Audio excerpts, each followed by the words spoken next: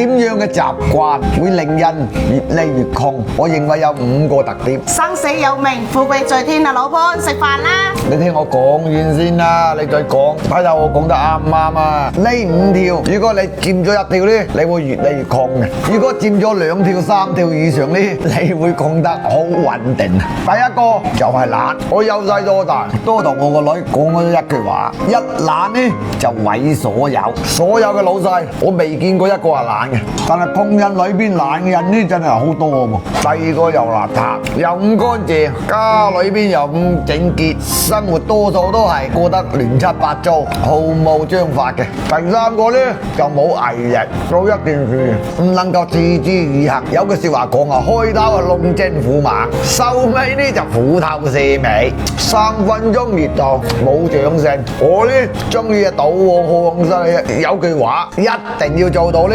，yes 為主，冇咁容易撈嘅。但係好多人呢，往往都係半途而廢嘅，碰到啲困難呢，算啦算啦，我都唔係呢啲料嘅講，冇辦法，抵你窮。第4個呢就係計較啊！我成日講啊，只顧眼前蚊腿肉，唔顧日後呢大肥豬。嗰啲所謂之好聰明嘅人，你讓佢計數啊，佢可以小數點後幾位啊，我計得明明白白，永遠只能夠定喺呢個層面嘅啫。佢睇上去呢，比任何人都聰明，實際上做到大老細都唔係喺呢班人上邊嘅。太計較係冇未來嘅。第5就冇自主學習嘅能力啦。學習唔係1、2日嘅事，係一世人嘅修行啊！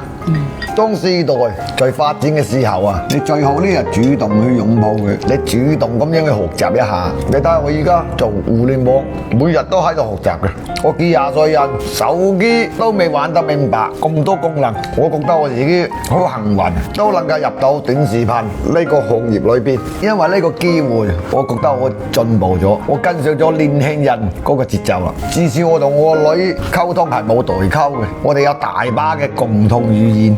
呢幾條我係深信不疑嘅。咁你聽完之後，你覺得我講得啱唔啱啊？好啱。